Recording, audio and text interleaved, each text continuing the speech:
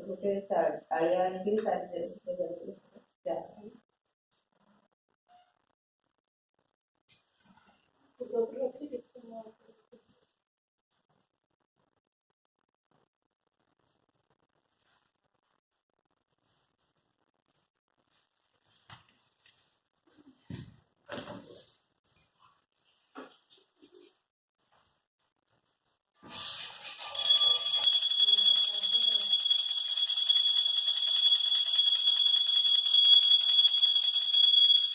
ସେ ବି ଗଲା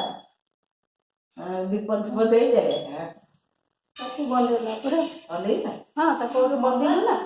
ଆगे ବନ୍ଦେଇ ସାରିଲୁ ତାପରେ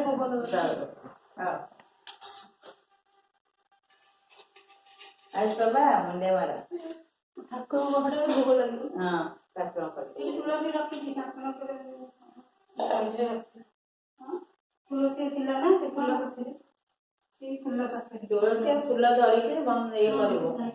କାରଣ ସବୁ ଠାକୁରାଣୀ ମାନଙ୍କର ଜଗନ୍ନାଥଙ୍କର କେବଳ ତୁଳସୀ ଆଉ ସବୁ ଠାକୁରାଣୀ